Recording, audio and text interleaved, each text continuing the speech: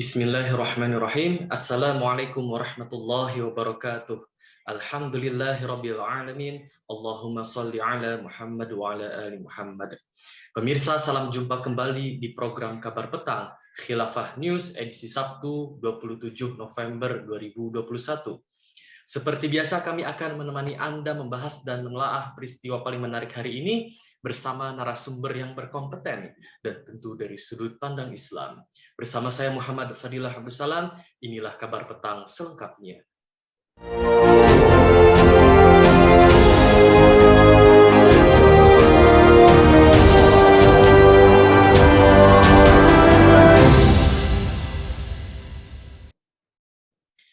Pemirsa, dalam Economic Outlook 22 Senin 22 November, Menteri Koordinator Bidang Perekonomian Erlangga Hartanto mengatakan kenaikan harga sejumlah komoditas akan memicu krisis energi ke depannya. Hal ini juga berdampak bagi Indonesia.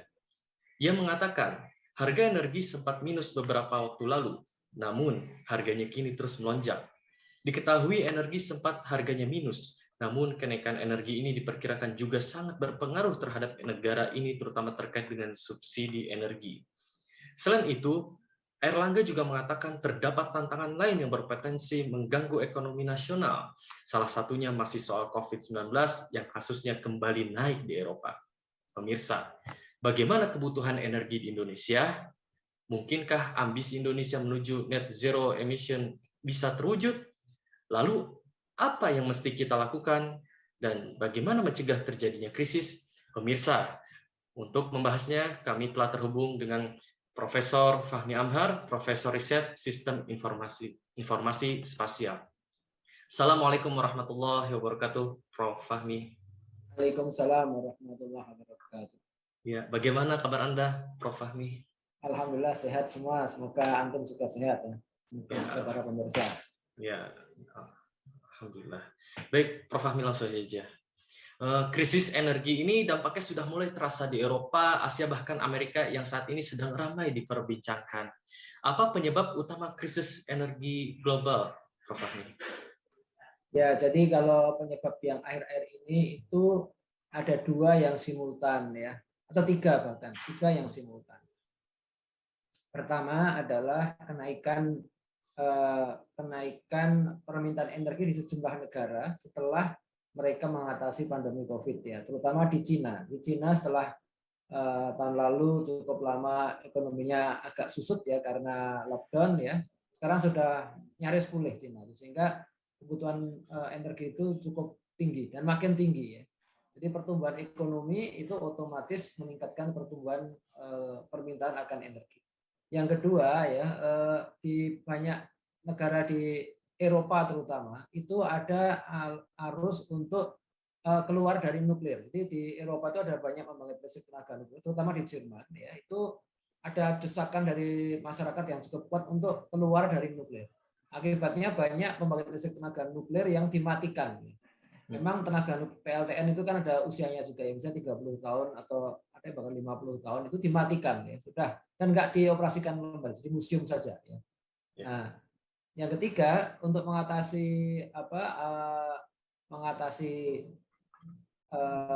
matinya pasokan listrik dari nuklir ini, mereka kembali ke batu bara atau gas ya. Ada permintaan gas yang cukup tinggi ke Rusia ya. Demikian juga permintaan batu bara dan minyak. Nah, cuma karena memang pertumbuhan ekonomi dunia cukup tinggi, ini nggak bisa teratasi, tidak bisa dalam waktu singkat teratasi. Nah, ini tiga hal ini ya, jadi pertumbuhan ekonomi di sejumlah negara pasca COVID, kemudian dimatikannya, oh ya satu lagi yang kelupaan ya, itu adalah pasokan dari sumber daya energi terbarukan ya, terutama dari sinar matahari dan surya dan bayu ya, angin ya, itu ternyata tidak seperti yang mereka harapkan, karena surya dan bayu itu bagaimanapun juga fluktuasinya cukup besar ya. Jadi kalau ada awan gitu kan langsung PLTS nggak dapat energi kan, nggak keluar listriknya. Demikian juga bayu itu kalau kecepatan angin tuh naik turun kan juga nggak stabil. Nah, ini tiga hal ini yang menyebabkan krisis energi. Ya, baik Prof. Fahmi. Apakah Indonesia terdampak dengan adanya krisis energi global? Bagaimana Ya, Indonesia ini belajar dari pengalaman negara Eropa yang gagal dalam perencanaan energi yang tadi disebutkan oleh Prof. Fahmi? ya. Jadi Indonesia pasti terdampak ya karena Ya, kita ini faktanya itu minyak itu eh, yang di dalam negeri itu separuh lebih itu beli dari pasar global ya. ya, Kita produksi minyak kita itu total ya itu cuma sekitar 800 ribu barel per hari ya. Kita kebutuhan itu 2,6 mungkin 2,5 juta barel per hari ya. Nah, itu persoalan ya. Kemudian eh, sedangkan gas kita itu terkena kontrak jangka panjang dengan Jepang, dengan Cina ya, jadi nggak bisa kita pakai juga ya. Kontrak jangka panjang sejak dibuat zaman Bu Megawati jadi presiden dulu ya. Kemudian kita juga pertumbuhan energi terbarukan itu masih sangat kecil. Ya, jadi pangsa energi terbarukan itu di energi Indonesia itu masih di bawah 5% ya. Dari PLTA, dari PLTG ya, geothermal ya, yang surya dan batu itu sangat kecil ya. Nuklir belum punya. Nah, jangan-jangan kita kemudian ikut-ikutan kayak Jerman ya. Kita nggak jadi punya PLTN. Ya. Jadi PLTN itu kan sudah lama, saat zaman Bung Karno dulu kita bikin Batang dulu kan ya, ingin bikin PLTN ya. ya, Sampai sekarang itu belum berdiri ya. Jadi cuma cuma reaktor riset aja. Belum beneran pernah kita punya PLTN. Nah, jangan-jangan itu kemudian membuat kita begitu Jerman keluar dari ini itu ikut-ikutan kan ya. Jadi di ya. Indonesia itu ada Dewan Energi Nasional itu mereka mayoritas anti terhadap nuklir. Ya. Nah, tapi dengan adanya kemudian krisis ini di mana Jerman kemudian bermasalah juga, jawab megap-megap juga nggak pakai nuklir gini ya. Jadi di Eropa itu yang masih teguh pakai nuklir tinggal Perancis sekarang, sama Rusia sedikit lah mungkin ya. Cuma nah, Perancis itu ekspor listriknya ke negara tetangganya itu kan, ke Jerman ya ke negara lain.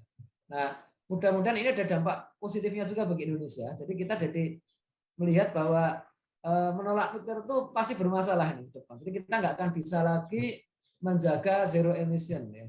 Ya. Kita ingin ke depan itu zero emission untuk mencegah global warming, tapi kok anti nuklir ini nggak benar ini seperti ini.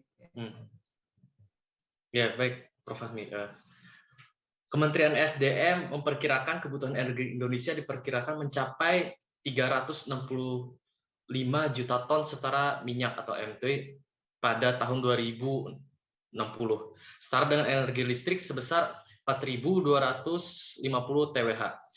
Namun itu baru mampu memasak sepertiga dari total kebutuhan energi. Ini berdampak pada kurang pasok. Konsekuensinya muncul krisis energi. Lalu apa yang mesti kita lakukan, Prof. Fahmi? Bagaimana solusi mencegah krisis? Dan mungkinkah ambisi Indonesia menuju net zero emission bisa terwujud? Ya, ini angka-angka tadi ya itu angka-angka yang namanya asumsinya ya. Ya, Dan kita kadang-kadang tidak pandai juga mendudukkan dalam satuan yang sama. Kadang-kadang kita bicara juta ton setara minyak. Kalau gas berapa ton? Satu ton minyak itu berapa barrel? Biasanya kalau produksi itu di APBN ya itu produksi itu barrel gitu ya, barrel ya, oil equivalent ya.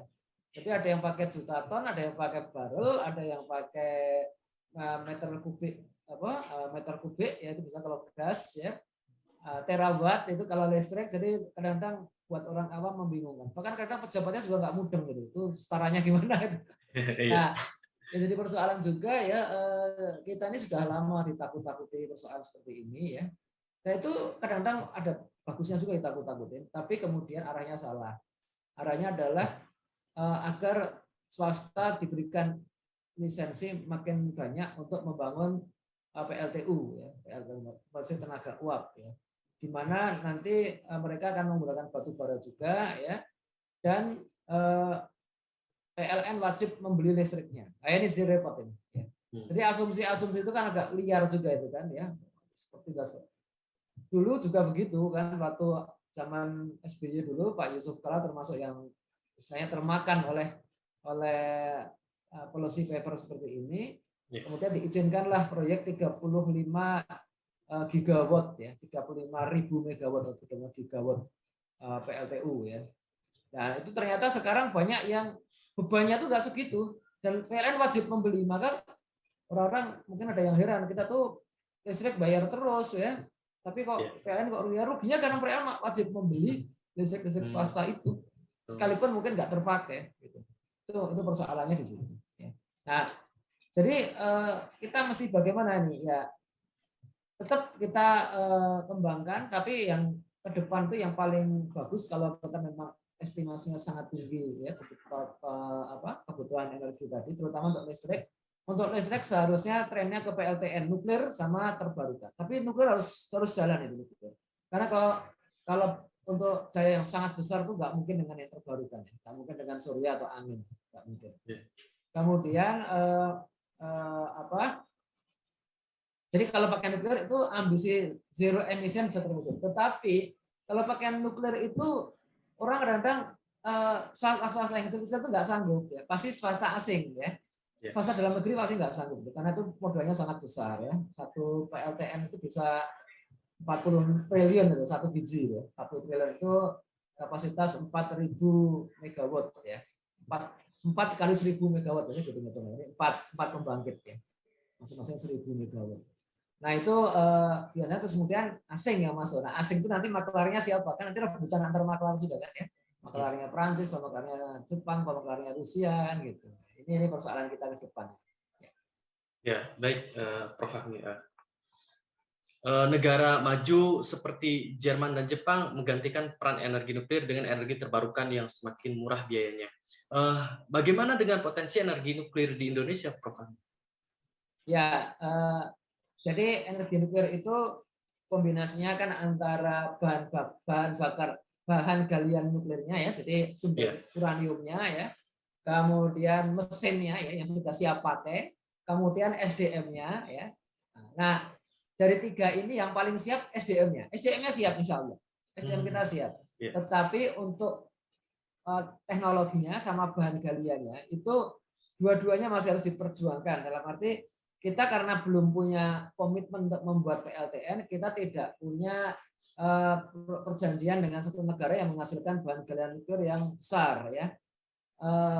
Di kita ada juga bahan galian nuklir tapi masih banyak yang belum operasional. Tadi kalau mau digali beneran ya harus ada konsumennya kan. Kalau enggak kan bahaya juga digali nanti kemana-mana itu kan radiasinya itu. Makanya kalau ini punya komitmen, karena dari satu komitmen sampai jadi dan operasional itu paling cepat 5 tahun itu. Ya, 5 tahun sudah ganti presiden jangan-jangan kan itu masalah baru nanti kan ya. Bisa ganti. Jadi itu harus dilakukan, harus mulai itu. Jadi presidennya juga presiden yang kelak itu harus punya komitmen di situ ya. Beda dengan PLTU. Kalau PLTU lebih cepat bikinnya. Kalau PLTN itu lebih lama. Nah, jadi kalau sekarang ini ya negara yang penghasil bahan bakar nuklir yang paling besar itu Kazakhstan sekarang. Kazakhstan mungkin Australia nomor 2 mungkin ya. Nomor 3 Amerika ya. Nah itu harus ada nomor 2 Amerika, nomor 3 Australia. Itu mesti segera ada perjanjian dengan mereka supaya terjadi PLTN itu tidak kesulitan bahan bakarnya ya. Karena bahan-bahan nuklir nggak seperti minyak ya. Kalau minyak batu bara itu gampang dapatnya. Nuklir agak ada regulasi yang sangat ketat.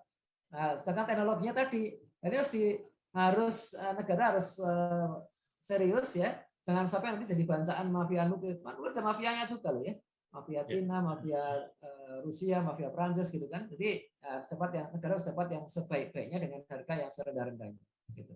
Ya. Baik, Prof. Fahmi. Mengenai energi yang lain seperti surya, apakah itu bisa jadi alternatif untuk di Indonesia itu sendiri? Karena di Singapura sendiri itu juga berencana untuk mengimpor listrik tenaga surya dari Australia. Apakah Indonesia bisa meniru hal tersebut? Ya, kalau Singapura ngimpor dari Australia itu wacana yang agak liar juga ya, bisa agak liar gitu ya, karena tidak efisien kan, itu kan jauh tuh dari Singapura ke Australia itu kabel listriknya lebih dari 3.000 km itu banyak nggak efisien kan. Memang kalau negara yang ada padang pasirnya dia panas terus ya, nggak ada awan itu sangat efisien kalau pakai tenaga surya. Ya, jadi yang sudah serius menggarap ini adalah Cina. Cina itu punya beberapa gurun pasir itu diubah menjadi ladang energi surya, gitu kan? Ya. Nah, jadi meskipun tuh ada teknologi harus dikuasai juga, karena kalau enggak nanti tiap hari panel surya itu akan ketutup pasir ya, ketutup debu yang sangat tebal, itu nggak efisien juga. Dia harus ada mekanisme untuk bersihin debunya itu, gimana caranya kan. Nah, itu juga teknologi itu untuk Indonesia itu saat ini belum menguasai ya. Teknologi yang sudah ya ada di antara kita pakar-pakar panel surya ya, tapi kita belum punya pabrik yang serius menggarap itu, dan pabrik yang efisiensi sel surya itu tinggi ya. Kalau untuk Indonesia sel surya panel surya itu bisa untuk skala rumah tangga, bisa ya dipasang di atap ya, atau gentengnya itu diganti atap. Nah, itu sudah ada perusahaan yang jual seperti itu, tapi masih mahal ya. Jadi bandingannya itu adalah kalau panel surya itu bertahan 25 tahun itu baru impas dengan seandainya orang langganan listrik dari PLN. Ya, jadi itu seperti itu. Tapi kalau untuk industri itu sangat jauh. Nah, untuk perkantoran saja mungkin nggak akan. Tapi kalau untuk rumah tangga cukup ya, rumah kecil ya, saya pernah menghitung itu kalau rumah tangga, rumah luas atapnya 60 meter persegi itu cukup ya. Nahan beban 1 kilowatt jam itu cukup ya untuk rumah. Tapi kalau pabrik kan bisa giga ya, bisa ribuan, ratusan ribu watt itu berat itu seperti itu. Ya. Nah, di Indonesia kalau mau masang panel surya yang banyak ya kita kan nggak punya padang pasir ya, kita paling punya tempat-tempat yang agak gersang di NTT ya, paling ya itu ya. Saat ini panel surya dipasang di tempat terpencil ya, untuk desa-desa yang terpencil biar PLN nggak susah masang kabelnya gitu. Tetapi kalau untuk menahan daya yang besar, kebutuhan daya yang besar dari industri itu masih belum ada yang efisien saat ini. Ya, baik, Prof. Fahmi, terakhir, apa bahaya solusi kapitalistik dan pragmatis dalam menghadapi krisis energi di Indonesia? Lalu bagaimana agar pasokan energi akan terjamin dari ancaman krisis energi dapat diantisipasi lebih dini? Ya, jadi solusi kapitalistik itu biasanya sangat mikro ya. Jadi kalau hitung-hitungannya tadi rumah tangga gitu kan, pasang panel surya ya cukup ya, tapi nggak hitung makronya. Kalau perusahaan besar gitu nggak mungkin pakai solusi panel surya. Dia pasti akan menyiapkan solusi yang stabil ya. Misalkan kalau dia itu sudah putus asa dengan pasokan dari PLN, ya udahlah kita bikin PLTD sendiri gitu kan, dia beli minyak. Tapi memang jadi nggak kompetitif barangnya karena bandingannya itu kalau bikin pembangkit listrik sendiri ya itu harganya 3 kali lipat harga PLN, harga per kilowatt jamnya itu ya. Nah jadi tapi kalau PLN nggak siap terus mau tamat terus ya kesel juga tuh industri itu ya.